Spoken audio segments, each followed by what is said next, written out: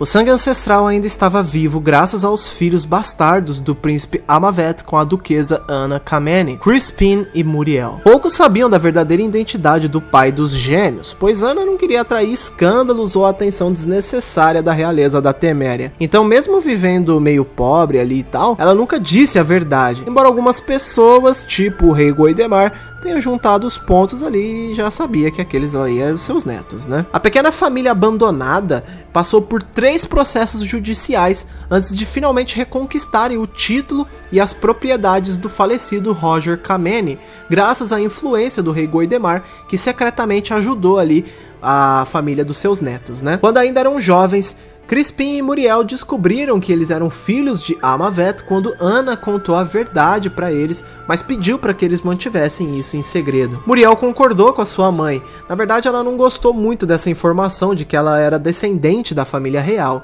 então ela decidiu manter isso em segredo. Ao contrário do seu irmão Crispin, que adorou descobrir essa ancestralidade, ele decidiu encontrar provas que validassem a sua linhagem real e, por volta dos 16 anos de idade, ele começou a se aventurar pela Teméria usando um brasão que misturava o símbolo de Roger Kameni com o símbolo de Amavet, para mostrar para todo mundo quem era o seu verdadeiro pai. Isso causou um escândalo na Teméria, onde o Crispin foi preso e ele precisou pagar uma fiança para sair da prisão. Logo depois ele começou a usar o brasão da família Kameni, o que também atraiu a atenção desnecessária dos parentes do Roger, o que revoltou a sua mãe e a sua irmã, que não queriam chamar tanta atenção assim. Depois de um tempo, Crispin entrou para um grupo de mercenários conhecido como Companhia Livre, e supostamente ele chamava a si mesmo de Crispin Aep Amavet, que em élfico significa Crispin, filho de Amavet, mostrando ao mundo todo que o seu pai realmente era o príncipe Amavet da Teméria e que ele tinha o sangue ancestral correndo em suas veias. No entanto, durante uma batalha, Crispin desapareceu sem deixar vestígios na região de Metina e muitos deram ele como morto. O seu desaparecimento deu certa satisfação aos temerianos. Para vocês terem ideia, até a mãe e a irmã dele ficaram contentes, porque elas foram aconselhadas várias vezes a matá-lo para se livrar desses escândalos que ele ficava causando. O único que realmente ficou preocupado com Crispin foi o rei Goidemar. Ele enviou várias patrulhas para tentar encontrar o seu neto, mas infelizmente o Crispin nunca foi encontrado. Muita gente acha que ele morreu na batalha ou ele foi capturado e morto, mas uma teoria bem legal que eu vi no Reddit fala que provavelmente o Crispin ele usou os poderes do sangue ancestral no meio da batalha ali sem querer e viajou para outro universo. E aí ele não soube voltar. O que vocês acham dessa teoria? Vocês acham que realmente o Crispin, ele sem querer ali no meio da batalha, no calor do momento, usou os poderes do sangue ancestral e se teletransportou para outro mundo e aí depois ele não sabia voltar, por isso que ele desapareceu? Eu vou refutar essa teoria agora, dizendo que foi confirmado nos livros de The Witcher que o sangue ancestral do Crispin estava adormecido, ou seja, igual a rainha Calante, ele não tinha poderes mágicos, apesar de ter o sangue ancestral.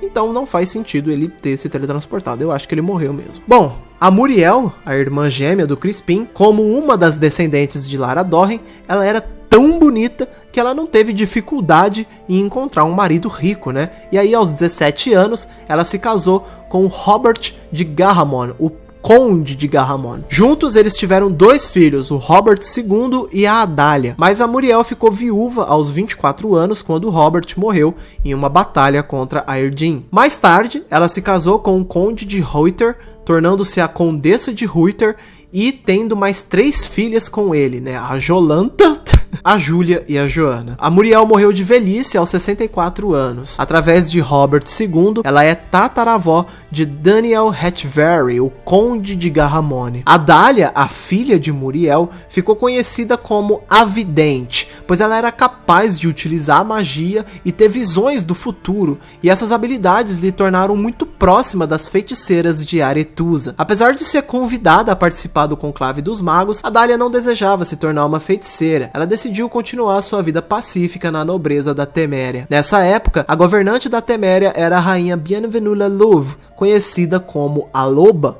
e muito temida pelos inimigos da Teméria. Ela era casada com o duque Hagbard de Elander, mas vários boatos circulavam de que Hagbard era como é que eu vou dizer isso? Broxa, e ele não conseguia satisfazer Bienvenu na cama, e que esse foi o principal motivo do divórcio deles. Após se divorciar de Bienvenu, Hagbard se casou com Adalia, mas ele acabou morrendo depois de usar medicamentos para tentar melhorar sua potência sexual, deixando a jovem Adalia viúva. A rainha Bienvenu La Louve sabia do seu parentesco com Adalia e ela tinha medo de que a garota pudesse causar um escândalo ali, tentando reivindicar o seu direito ao trono. Então ela decidiu encontrar uma forma rápida e simples de se livrar da garota, sem chamar atenção ou levantar suspeitas. Usando a sua influência, Bienvenu La Louve rapidamente armou um casamento arranjado entre Adalia e Dagorad, o príncipe de Cintra. O reino de Cintra estava arruinado pelo governo corrupto de Corbett, e Dagorad meio que aceitou esse casamento forçado na esperança de formar uma nova aliança com a Teméria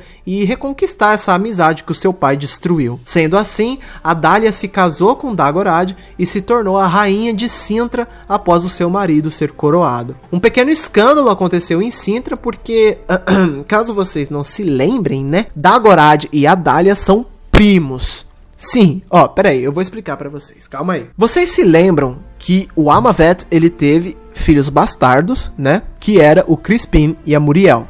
O Crispin desapareceu, mas a Muriel teve uma filha que é a Adalia. Ou seja, a Adalia, ela é neta do Amavet, ou seja, ela é do sangue ancestral, ela é parente, descendente de Lara Dorren, certo? E o Dagorad? O Dagorad, ele é filho do Corbett. O Corbett, ele é filho da Fiona, que é irmã do Amavet, entendeu? Os dois são descendentes de Lara Dorren e os dois são netos do rei Goidemar, digamos assim, parentes, descendentes. É isso, eles são primos, entendeu? De sangue. É isso. Apesar desse relacionamento incestuoso, né? A Adalia e o Dagorad, eles eram um casal muito feliz, por incrível que pareça. Eles deram muito certo. Inclusive, graças a isso, a Cintra, ela se tornou um dos reinos do norte mais poderosos do mundo nessa época. A Adalia, ela era uma mulher bastante gentil e alegre, enquanto o Dagorad, ele era um homem amoroso e bem-humorado. Ele não queria uma família desestruturada igual a do seu pai. Então ele se esforçou para ser um homem melhor. Ele era um ótimo pai e um ótimo marido e, melhor ainda, como um rei. O fruto do casamento deles foi a princesa Calante, uma grande fã da rainha Bienvenu da Teméria. Apesar de Adalia ter habilidades mágicas do sangue ancestral, a Calante ela não tinha, então ela era incapaz de usar o poder do sangue ancestral. Isso levou a pequena Calante a sentir muita raiva desse sangue e negar qualquer associação que ela possa ter com ele, como vocês puderam ver lá na série de The Witcher mesmo, né? Ela não gosta muito de falar sobre a ancestralidade dela por causa disso. Ela ficou um pouco rancorosa de não ter os poderes do sangue ancestral que a sua mãe tinha. E a sua filha também tem, né? Pra você ver como é que a vida é injusta, mas enfim, eu tô me precipitando um pouco aqui. O casal criou Calante com o máximo de amor e carinho que vocês podem imaginar, mas ao mesmo tempo eles prepararam ela para herdar o trono. O bondoso Dagorad, infelizmente, contraiu uma infecção no sangue enquanto ele estava caçando. Aí ele ficou muito doente e acabou morrendo. Isso forçou Calante a assumir o trono quando ela ainda era uma adolescente, tornando-se a rainha de Cintra. Assim, a Calante ficou conhecida como a Leoa de Cintra. Após a morte do seu marido,